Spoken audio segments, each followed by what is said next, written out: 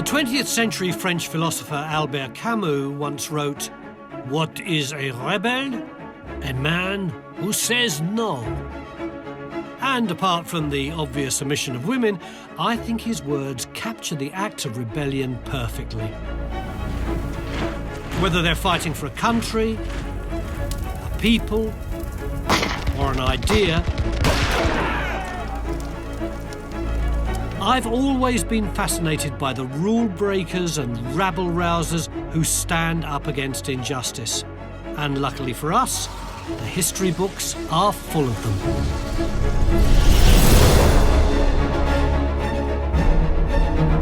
To meet our first rebel, I need to go back to the earliest years of Sydney's penal settlement. 10 years after the arrival of the British in Australia, it was clear the visitors were not going home. In fact, the colony was growing, taking up more and more of the indigenous people's land, including that of Leanne Tobin's ancestors, the Daru. Leanne, why was this area so significant to the Aboriginal people? It was a very special place. It was a place of plenty. There was always food here. You had the river where you had the eels would come on their regular cycle. And it was a place of great ceremony. And I can only imagine through the trees and in the dark, the smoke of the fire, the laughter, the dancing, the clapsticks and the singing into the night.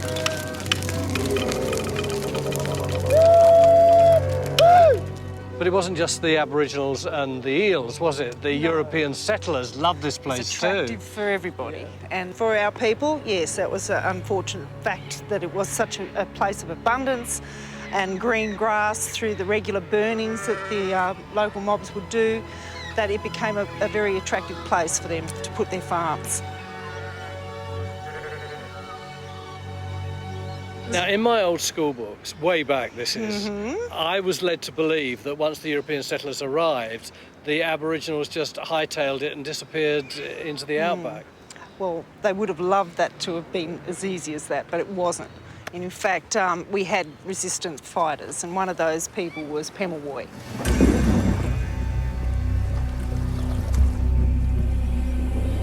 Tell me about him. Well, Pema Boy was an incredibly crafty character. He was a magic man. We call him a Karaji, and he had the power to shapeshift. And so he would change from crow to human and to other animals, but we know him as a crow figure. And that would be his way of watching and seeing over whatever was happening in the land. And what he saw outraged him. From the Aboriginal perspective, the invaders were occupying land without permission, taking food and killing their people. He decided to take a stand. What did he do right here? Well, right here, he actually took on the British, and the soldiers came up from the barracks down the end of this road, George Street, to meet him because he had been plundering and raiding the parties. So the soldiers are marching up here. That's right. Pema Boy is coming over the hill. Guys are here. And he was taunting them. They believed that he actually sort of told them, yeah, come on, bring it on.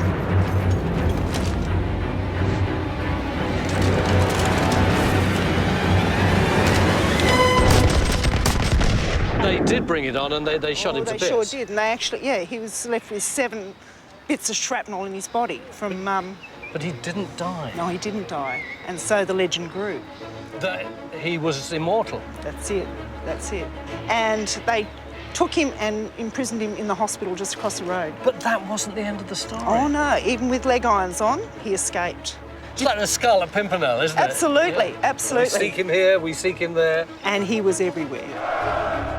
For 12 years, Pema Boy and his band of resistance fighters waged guerrilla war on the colony, attacking the settlers' farms, burning their crops and plundering their possessions. It took a bounty killer to finally bring Pema Boy's resistance to an end in 1802. Now, I had assumed that after all these mass attacks that happened all over the colonies, that by and large, Aboriginal culture was wiped out. It seemed that way, and a lot of us went undercover, and we were suppressed. My mother grew up not knowing her Aboriginality because my grandmother kept it a secret because of the racism and the discrimination. So once we got pale enough, yeah, that's it, we became undercover Koris. But now you're allowed to come out of the closet. That's it, we're out of the closet now, we're loud and proud, and it's a beautiful thing.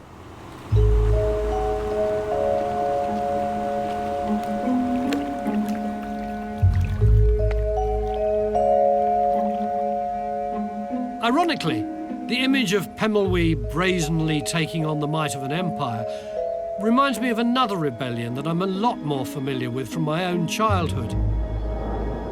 To tell the story, I need to travel back 2,000 years.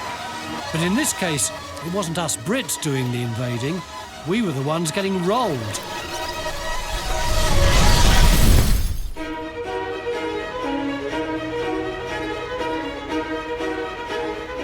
My time travels have brought me home to London in search of one of Britain's greatest patriots.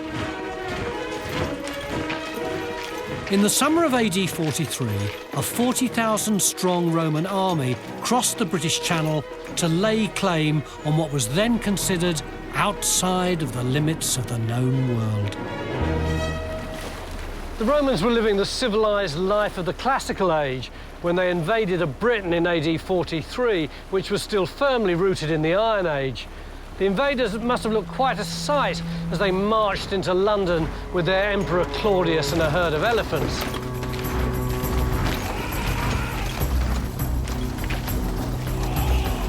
It signalled a time of enormous change in a land that was then riddled with bitter intertribal warfare. Within months, the Romans were in control of most of the southeast of the country. They set about imposing their laws, their language, and their social infrastructure. The most important Roman road in England was called Ermine Street, and it linked London, or Londinium as it was known in those days, with Essex. It crossed the River Lee right there where that lock is, before heading off across the marshes towards the Roman city of Colchester.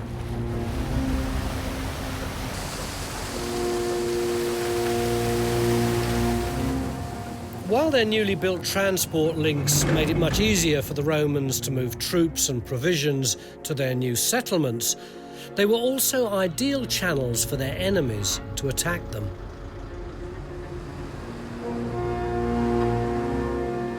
When the Romans invaded Britain, they found that it was a country not with just one king, but with lots of different kingdoms ruled by different chiefs.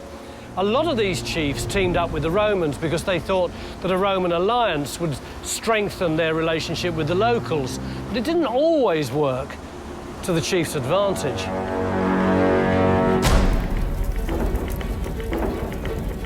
A catastrophe in waiting for the Romans was their deal with King Prasutagus, ruler of the Iceni tribe in East Anglia.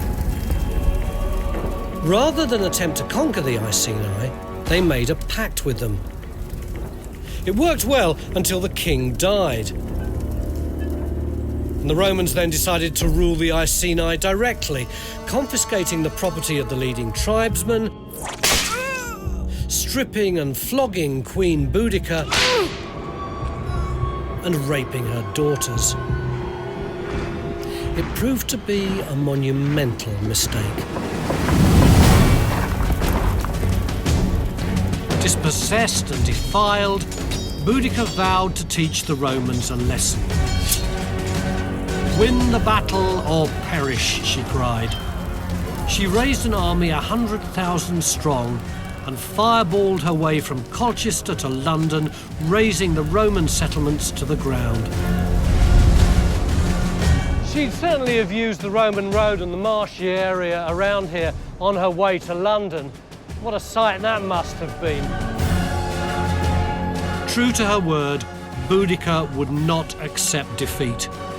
With the Romans regaining the upper hand, she killed herself with poison. But her legend lives on.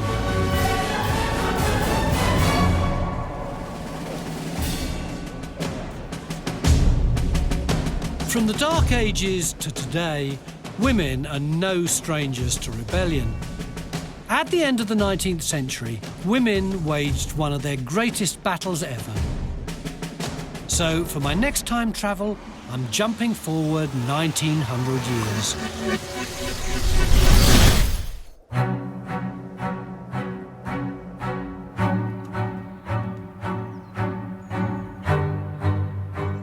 I've come to Christchurch, New Zealand, home to a very determined lady who started a worldwide revolution. Ladies and gentlemen, do you know which country in the world was the very first to give women the vote? New Zealand. New Zealand, correct. And do you know the name of the woman who championed the rights of women to get the vote? Kate Shepherd. Kate Shepherd. Kate Shepherd was extremely intelligent, well-spoken and a brilliant organiser. In the 1880s, she started using her considerable talents to get women the vote. But she wasn't just content to take on male prejudice, she took on the all-powerful liquor industry as well. And Kate thought that if she got women the vote, then women would vote against guys being able to sell liquor all over Christchurch. Now, as soon as she started campaigning on that, of course, the liquor lobby started campaigning against her. Can I raid your shopping? Yeah, all the people who supported Kate wore white camellias. These aren't actually camellias, they're what we in England call snot rags. And on the other side, what else you got in here? Can I pinch those? Yes. All right, thanks a lot. OK, on the other side, all the nasty boozers, the ne'er-do-wells, the dodgy sexist blokes, they all wore red camellias, or as we call them today, tea bags. And of course, the people who supported women's suffrage booed the boozers. And those supporters of the demon drink were always against the suffragettes.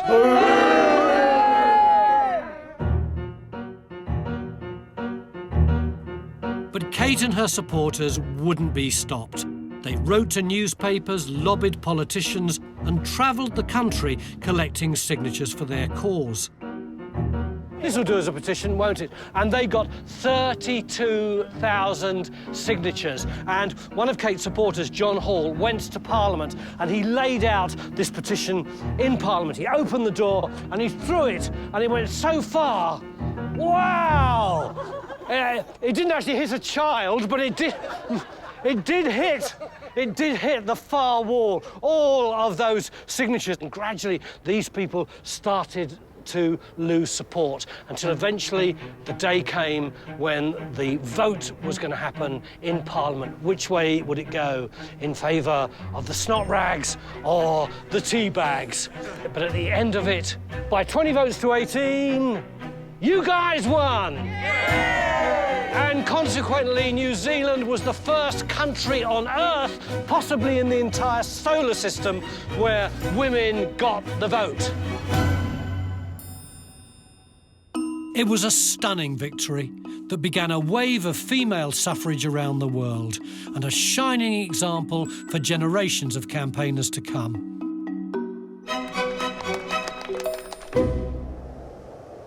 Time to fast forward 65 years, I think. Because if you're looking for people power, it's hard to go past the 1960s.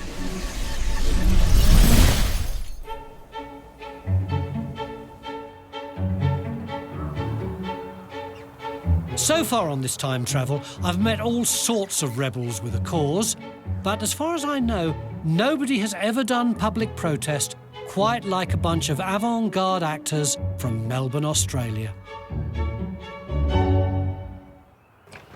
Let's have a look. The year was 1969, it was the height of the sexual revolution, and Melbourne's La Mama Theatre was in the thick of it. Then, as now, La Mama was a hotbed of experimental, edgy theatre, full of radicals and rebels who liked nothing better than to challenge the establishment. Bill, there's one legendary day, isn't there, in the history of La Mama, that the events took place right here, and it wasn't just a play, but it was a real theatrical event.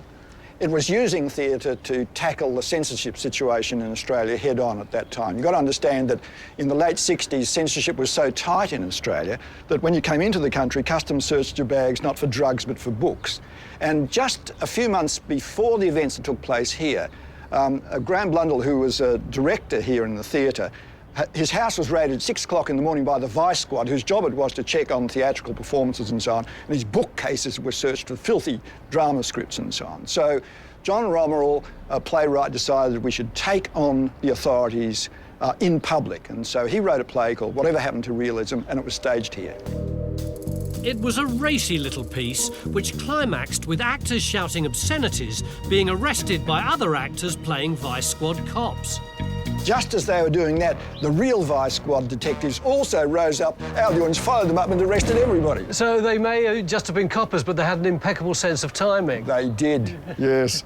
And what happened next? Well, you see, they had to do something with them, having arrested them, so they decided to take them to the local police station. Right, we've got our volunteers. Out you come, everyone. And it was here that the actual performance took place. That's right, the stage was here. The audience was right along the car park here, back into the street, about 150 people. 150? Yeah, because you'd only have got 35 in there, right, wouldn't you? Yeah. So did they deliberately have the performance out here? Absolutely. It was necessary for the obscenities to be uttered in a public place where you were committing an offence. And what were the obscenities? Off, will you? Did you get that? Yeah. All right, let's rehearse that. 1, 2, 3, and. Off, will you? One more. Off, will you? OK, that's brilliant. OK, so we'll be the actors, all right, Bill? OK. And you are the irate audience as we're being dragged off. Yeah. We're being dragged off to the police station, and you. Off, will you? Off, will you?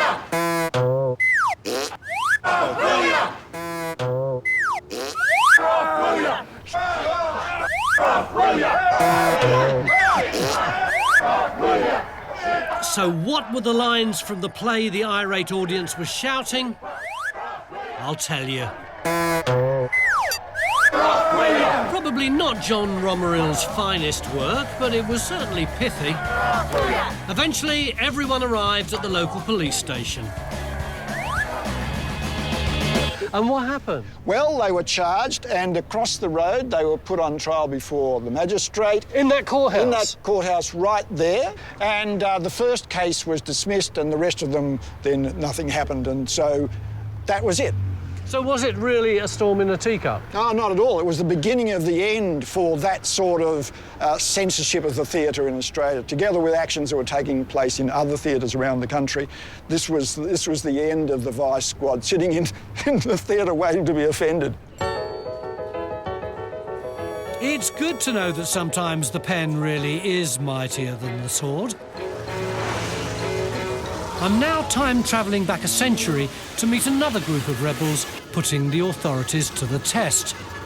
But what they were fighting for was nothing less than democracy itself.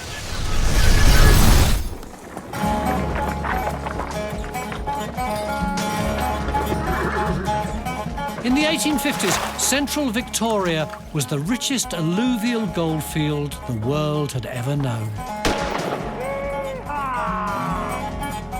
In 2 years, Victoria's population grew from 70,000 to more than 500,000. Overnight, there was a new class of new Australians, not convicts, but free thinkers and dreamers who came flooding in from all corners of the globe. For some, striking it lucky remained just a dream, while others dug up wealth beyond their wildest imaginations. Free from the strictures of class and parish back in Europe, the diggers who hit pay dirt could live like kings.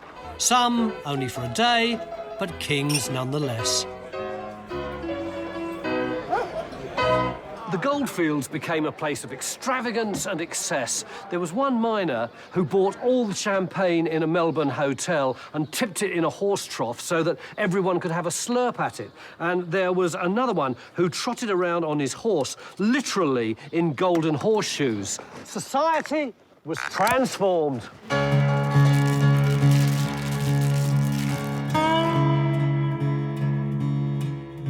But the party couldn't last forever.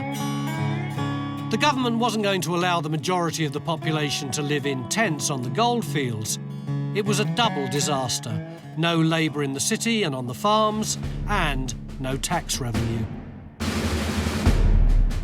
The diggers' licence fee was their solution, and it was deeply unpopular.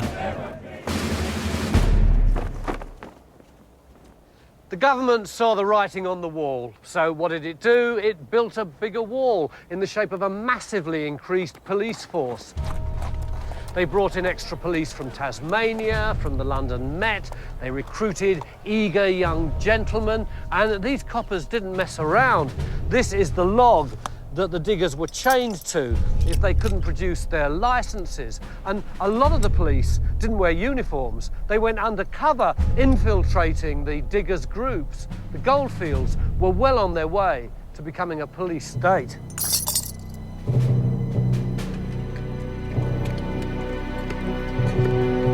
The crackdown only hardened the resolve of the diggers, whose numbers continued to swell.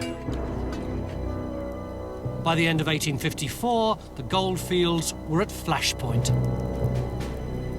After months of negotiating with the authorities, the diggers tried direct action by setting fire to their licences. The police responded with more licence checks and more arrests.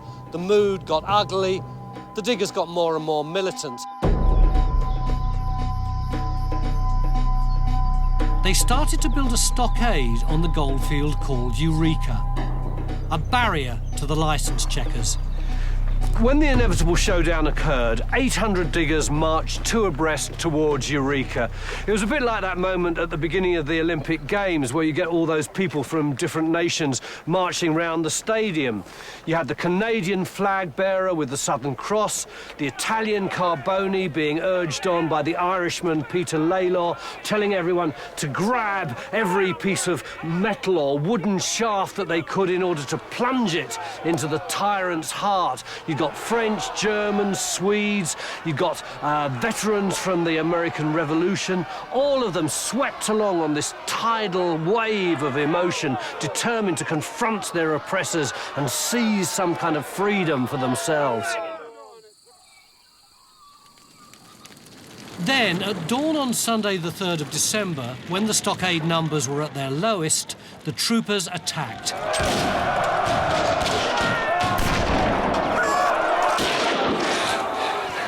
The killing was indiscriminate.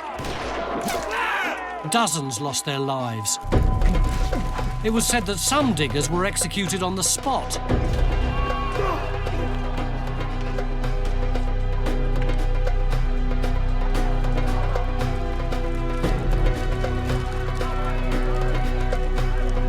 Their leader, Peter Laylaw, was badly injured. His arm later amputated. The surviving leaders were arrested and charged with treason against Her Majesty Queen Victoria. The prosecution had a pretty good case, didn't they? Well, you would think so. I mean, it was obvious who were the rebels, and it was obvious the people in the dock were those who were within the stockade. It really was an open and shut case against the rebels. The Crown produced witnesses, motives, all the evidence they'd need to send the diggers to the gallows. But when the jury retired, the most extraordinary thing happened. They returned a short time later to deliver the verdict, not guilty. One digger after another. I think the problem was that they were all charged with treason. Because the punishment was just so gruesome. The punishment was extreme. I mean, it was still hung, drawn and quartered, which doesn't bear thinking about, really. And people just didn't want that sort of thing happening here on this goldfield, in this new colony, this new society that they were trying to build. And they weren't prepared to give the Crown that opportunity to do that. Do you think it's fair to say that Eureka was the closest that Australia ever got to a revolution?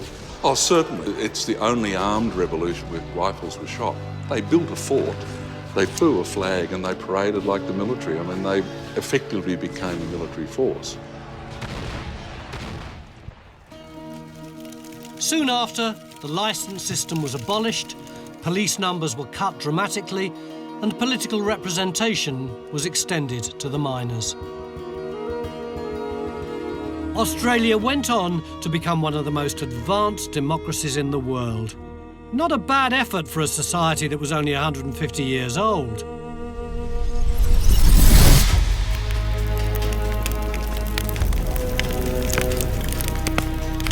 On this journey, I've witnessed how injustice comes in many forms, from the blatant occupation of land to the insidious discrimination of women. But wherever oppression is found, you can generally count on a group of noisy, unruly and gutsy people showing up who are prepared to stake their reputation, liberty or even life for the cause. And I say, long may that tradition continue into the future.